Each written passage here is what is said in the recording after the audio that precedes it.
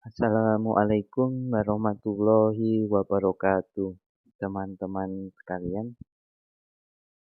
kalau saya mengucapkan kata filsafat, kira-kira apa yang muncul di kepala teman-teman sekalian?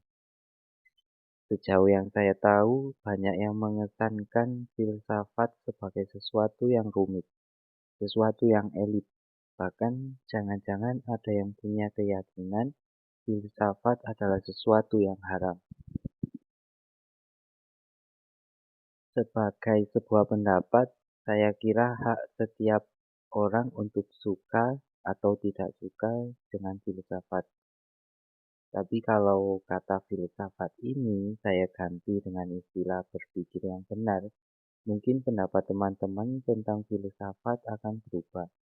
Hakikatnya memang filsafat adalah satu disiplin kajian yang mengajarkan kepada kita cara berpikir yang benar. Di beberapa kesempatan sering saya sampaikan, orang boleh saja tidak suka dengan filsafat, tapi tidak mungkin orang tidak mau berpikir yang benar. Padahal hakikatnya filsafat itu berpikir yang benar. Jadi ada adigium dalam bahasa Arab yang teman-teman mungkin sering mendengarkan. Al-insanu hayawanun na'tik. Manusia adalah binatang yang berpikir. Jadi berpikir adalah penciri utamanya manusia. Berarti ketika seseorang kehilangan kualifikasi dirinya dalam berpikir, dia tinggal hayawan, tinggal unsur binatang hewannya. Dari titik ini sebenarnya kita bisa simpulkan bahwa filsafat itu sangat penting untuk kehidupan kita. Dahulu filsafat ini dihidupkan antara lain oleh para tokoh Yunani dalam rangka mengkritik cara hidup yang serba mitologis, serba mitos. Jadi di awal kelahiran di Yunani, filsafat ini mengkritisi cara hidup yang serba mitos. Teman-teman mungkin pernah membaca bagaimana orang Yunani zaman dahulu ketika zaman dahulu ketika terikat dengan mitos-mitos dengan dewa-dewanya ada apa sih Zeus, Thor itu dan lain-lain. Filsafat hadir karena tidak puas dengan jawaban-jawaban mitos. Kalau kita analogikan dengan jawaban zaman kita sekarang ini, jawaban-jawaban mitos itu jawaban-jawaban yang tidak masuk akal. Jawaban-jawaban yang diikuti begitu saja tanpa dipertanyakan. Dari sini sebenarnya kita bisa simpulkan bahwa filsafat itu mengajarkan kita untuk memikirkan hidup, tidak hidup begitu saja, tidak hidup asal-asalan. Jadi mengerti secara akal apa dan bagaimana cara kita hidup. Dulu orang di zaman Yunani merasa gelisah dengan kehadiran hidup yang serius dan kritis ini. Sehingga bahkan tokoh utamanya zaman itu yang namanya Sokrates. Sokrates ini banyak dibenci orang, bahkan sampai dieksekusi mati. Pada akhirnya orang semakin sadar bahwa memang jawaban-jawaban yang coraknya mitos tidak memadai untuk kehidupan kita. Jadi argumen kedua, mengapa kita harus belajar filsafat? Berarti kita dituntut hidup secara serius, tidak asal-asalan, tidak ikut-ikutan.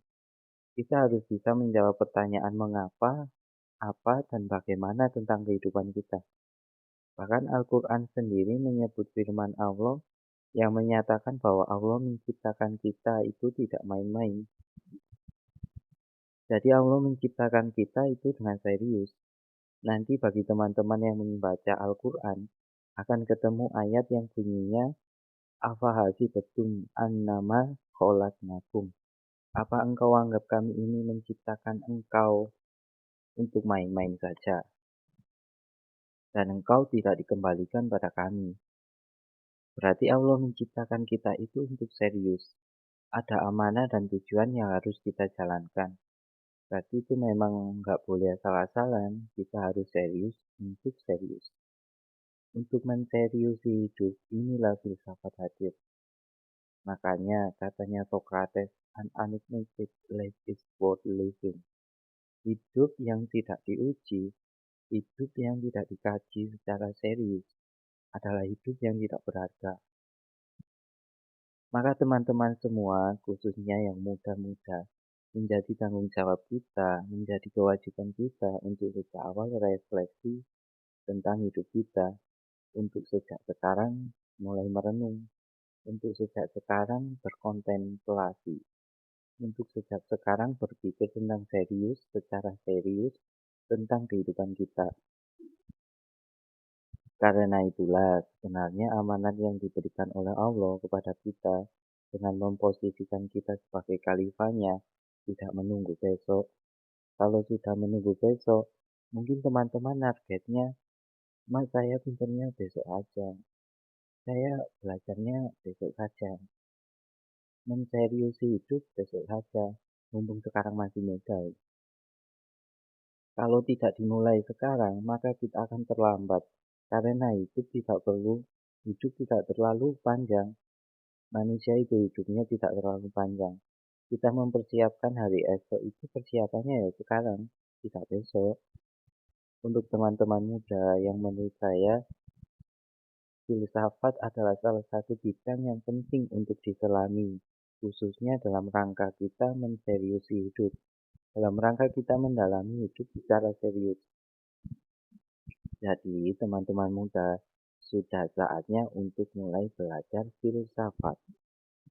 Dahulu dalam sejarahnya, kalau teman-teman mau jeli, coba dilihat peradaban-peradaban besar, yang itu merupakan puncak-puncaknya peradaban sepanjang sejarah. Selalu saja penguasanya adalah yang menguasai karena filsafat dan ilmu pengetahuan. Yunani yang dulu puncaknya peradaban dan disitulah hidup dengan subur filsafat dan ilmu pengetahuan. Romawi yang nanti melahirkan peradaban besar juga begitu. Islam dulu jadi penguasa, jadi puncak-puncaknya peradaban dunia ketika filsafat dan ilmu pengetahuan subur di sana. Dan sampai hari ini, di mana peradaban jaya, disitulah filsafat dan pengetahuan itu hidup.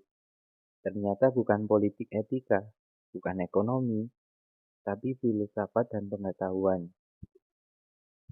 Saya kira itu teman-teman sedikit pengantar dari saya untuk memprovokasi teman-teman, untuk mendorong teman-teman serius dengan hidup, serius berpikir tentang hidup dengan cara belajar filsafat. Saya akhiri sekian sedikit uraian pemancing dari saya. Kurang lebihnya mohon maaf. Wassalamualaikum warahmatullahi wabarakatuh.